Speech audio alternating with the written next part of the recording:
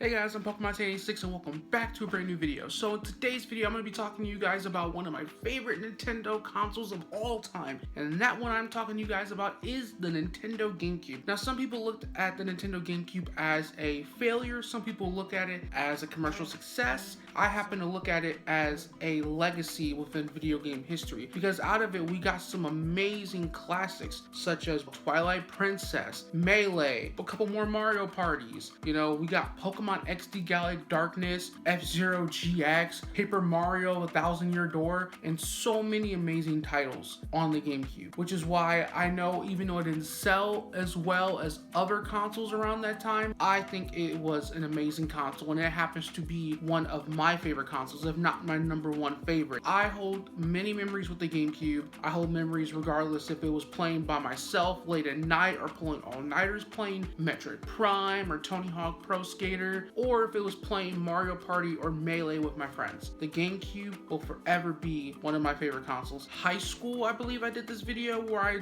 did my Nintendo GameCube collection, and since then I have gained some games and I have lost some games. Throughout that journey, I happened to gain a couple of GameCube games. You guys have even saw me do unboxings on certain GameCube games on my channel on my segment Building the Nintendo GameCube Collection. So I figured I'd show you guys an updated version of my Nintendo GameCube games. So without further ado, let's get started. So the first game I'm going to be talking to you guys about is F-Zero GX. F-Zero GX is one of my favorite titles on the GameCube. You know, I honestly didn't know that there were other titles within the F-Zero franchise. Like there was one, I believe it was on either the NES or the SNES. There was one on the 64, and then there's this one on the GameCube. I had no idea about the one on the 64. I've never played it, but the one that was either on NES, like I said, or the SNES, I played, I believe, through the Nintendo Online Entertainment thing that they have to offer, where you pay for Nintendo Online, you get access to unlimited titles from the Nintendo 64, not Nintendo 64, I wish, from the NES or the SNES. Okay, so imagine watching the live action Speed Racer movie they did and how crazy all that CGI shit looks on an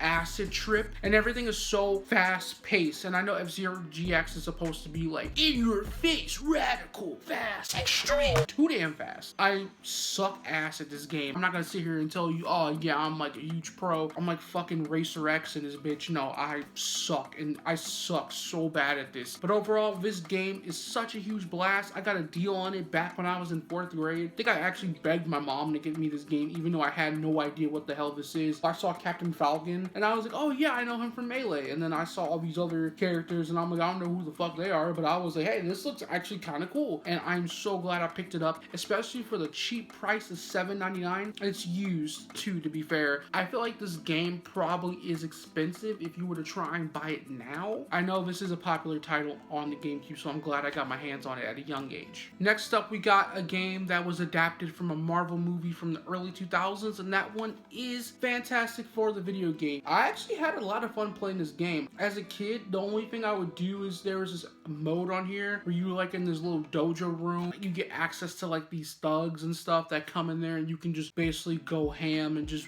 whoop people's asses for like 20 to 30 minutes. I used to just do that mode where I got to play as all the other characters. I mostly played as the Human Torch or the Thing. I got somewhere within the story mode on this game. Maybe, I want to say, I got like maybe to like the middle of the game, and then I stopped because either I got bored or no, it was simply just because I got bored. Other than that, it's cool, but it's not like anything like too rad or anything worth trying to get your hands on, especially if you're trying to build a GameCube collection now. So the next one I'm going to be bringing up is a title that I have looked at several times, iNinja. And iNinja was a game that I'm pretty sure half of my friends had, either on the GameCube or on the PlayStation. And it is so much fun. All the little levels, the designs of the game. I don't know, I couldn't really sit here and tell you like the full background story of the game because I haven't played this game since like 2018. It's one of those games to where if you want to just have a little fun, play something that really cartoony, but you get like that ninja kind of style action, then it's a really fun game to play. Is this a game that I would kind of look out for if you want to build a GameCube collection? Sure. I mean, I don't see this game, rising in price. I happen to have Luigi's Mansion, Mario Kart Double Dash, Mario Party 5, Mario Power Tennis, Mario Superstar Baseball, Super Mario Strikers, and Mario Party 7.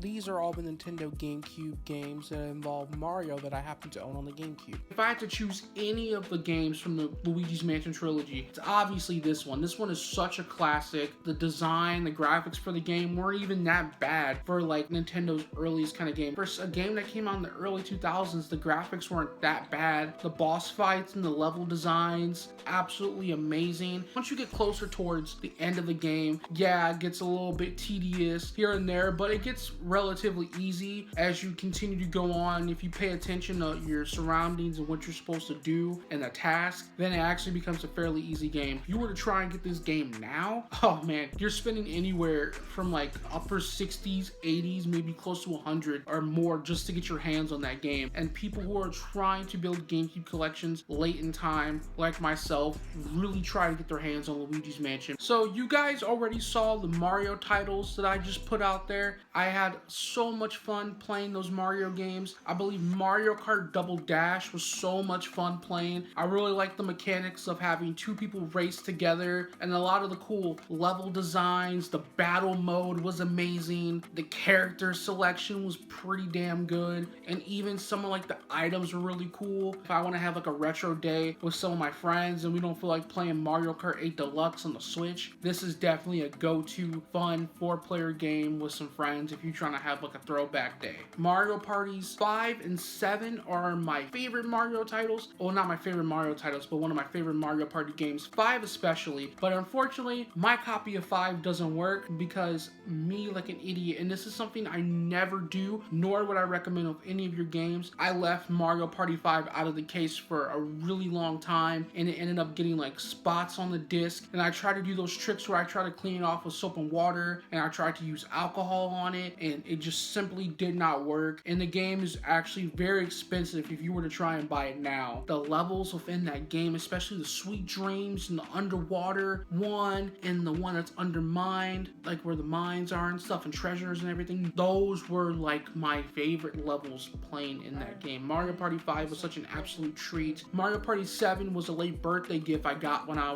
believe I was 10 or 9. That game was fun because I got the box edition that came with the mic. My mic doesn't work, but overall the game's still fun to play, but I don't think 7 tops 5. Mario Superstar Baseball, oh man, that game is such a blast. Not even just doing like the story mode, there's all sorts of features. There's like mini games that you can do in there. You have Super Mario Strikers on top of that. So much fun. If you like soccer and you like Mario, you put them together, it's the best of both worlds. All the cool super moves you can do to get goals, how aggressive you get whenever you don't like score a goal or you lose. I can't tell you how many times I have gotten so aggressive over playing that damn game. And Mario Power Tennis, that one's pretty good too. Personally, it was just something that I wanted to grab because I have Mario Tennis Aces on the Switch, and so I was like, well, I've always wanted to play the one on the GameCube. I happened to get a pretty good deal for it, and it came in really good condition. There's an unboxing on that game on my channel, which surprisingly has almost 300 views, and I didn't think that would be the one to get almost 300 views, but it has almost 300 views. Overall, I played a little bit of it. It is fun, and it does give you like that nostalgia feel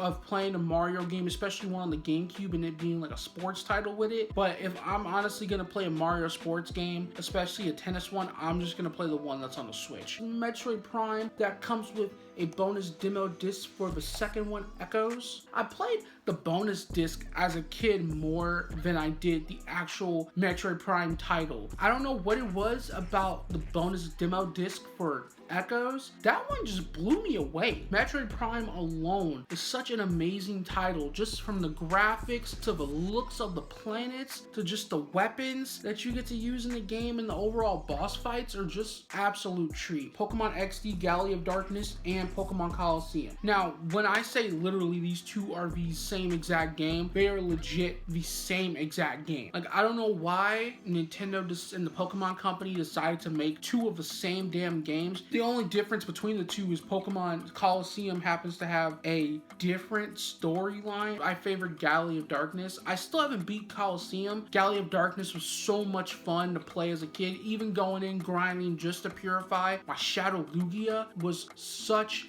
an amazing experience, especially when it was purified and it just became a regular Lugia. Oh my gosh. I'll tell you what, there was no greater feeling than that. I mean, I can name a couple greater feelings than literally, like I was saying, playing Coliseum, I feel like I was just playing XD all over again, which was kind of unnecessary. It was kind of like, well, I beat XD. I really have no need to try and beat Coliseum. But I will say those two games are very high in demand too for the GameCube. Very expensive. And I'm mad I didn't get the actual artwork for XD because I hated getting those GameStop type artworks. But I mean, it was the only copy of XD they had. You know, I saved up a little bit of my allowance and birthday money just to buy the game. So I was like, yeah, I'm not gonna pass up on that deal. Another game I happen to have is Melee. My case for Melee broke. When I got it in the first place, it was a really damaged case to begin with, and it didn't come with a manual. So I'm gonna have to try and go on eBay and get a case and a manual for that game. But until then, I just have it tucked in to one of my cases. Same thing with another game, Kirby's Air Ride. I happen to get that game for free as well. It didn't come with the case or a manual, so once again, that's another one I'll have to go onto eBay to try and find a case and a manual for. But Melee, I don't even need to talk about Melee. Y'all know that game's a shit. That's the best Smash Bros game. Kirby's Air Ride is so much fun. It's like, it's so cute when they're just racing on the stars and stuff, and it's just Kirby just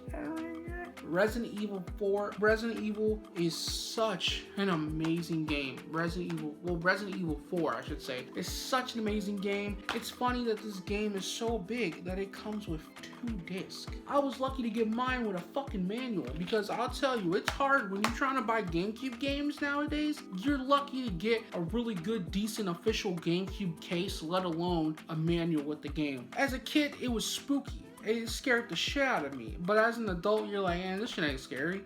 On the GameCube, I have Sonic Adventure Battle 2, Sonic Heroes, and Sonic Riders. So you guys just saw my collection of Sonic games that I have on the GameCube. Sonic Battle Adventure 2, do I even need to say more? Such an amazing game, especially such an amazing way to continue from the first one. And I used to play the battle mode where you would race with your friends. I used to do that all the time. I will say with Sonic Heroes, the intro alone, Sonic Heroes, Sonic Heroes, the levels, everything about that game.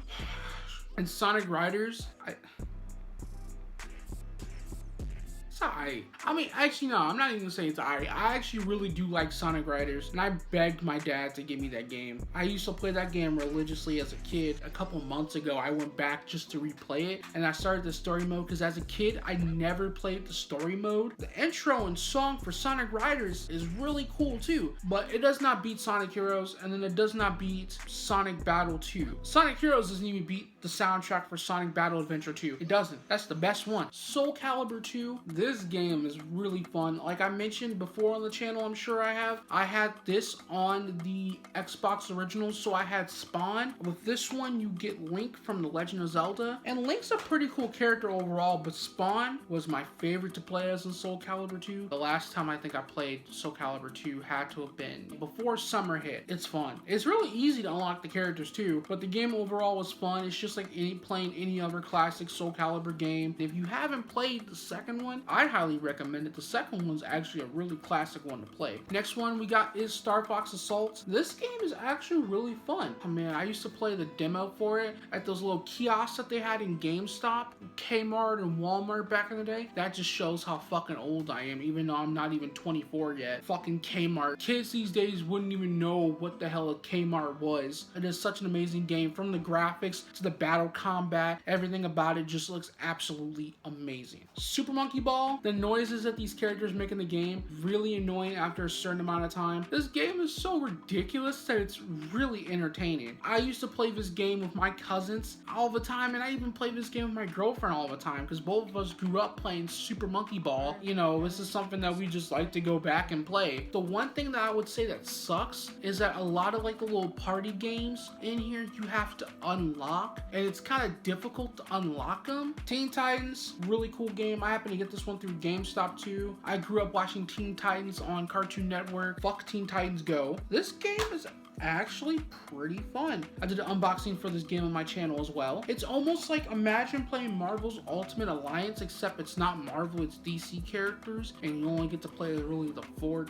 Teen Titan characters. But it's a really good combat style, beat 'em up kind of game. The level's really cool. The bosses are fairly easy. Overall, the game and the story mode is okay. So if you want something cheap just to add to your collection, especially if you're like a DC fan, or if you're an OG Teen Titans fan, I definitely would recommend picking it up. These are all the Tony Hawk games I own on the Nintendo GameCube. I got Tony Hawk's Pro Skater 3, Tony Hawk's Pro Skater 4, which is my absolute favorite, and I have Tony Hawk's Underground. Man, I played the hell out of Tony Hawk Pro Skater. Tony Hawk Pro Skater was my childhood. A lot of the Tony Hawk games were my childhood. Pro Skater 4 was probably my favorite one growing up playing. I never really played a whole lot of Pro Skater or Pro Skater 2. Did play 3 and I did play 4, and Underground is just even better. Just those 3 games are so fun. I mean, they're relatively the same exact concept. You go around, you skate as Tony Hawk and a lot of other famous celebrity skateboarders. You get to create your own character in some of the games. Actually, all those games that I just showed off, you can create your own character. You can